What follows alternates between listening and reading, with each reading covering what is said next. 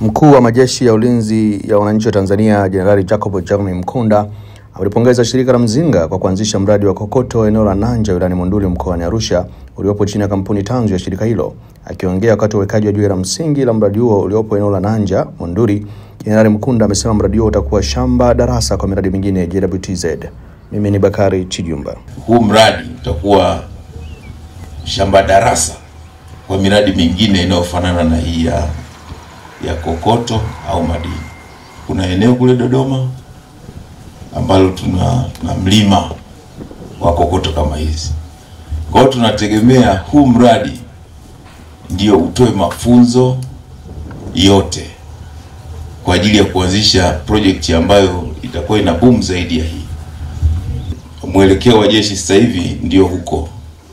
Tulishatoka kule kwa zamani, sasa hivi tuna rasimu mwelekeo wetu tunazalisha pia. Ndio maana tumeanzisha miradi mbalimbali. Na kiukweli inasaidia sana kupunguza bajeti ile nakisi ya bajeti ya serikali ambayo itakiwa tupatie sisi.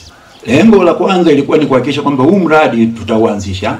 Lengo lilikuwa ni kuhakikisha kwamba utakapofanya kazi ni kuweza kuboost Mzinga, yani ni shirika mama.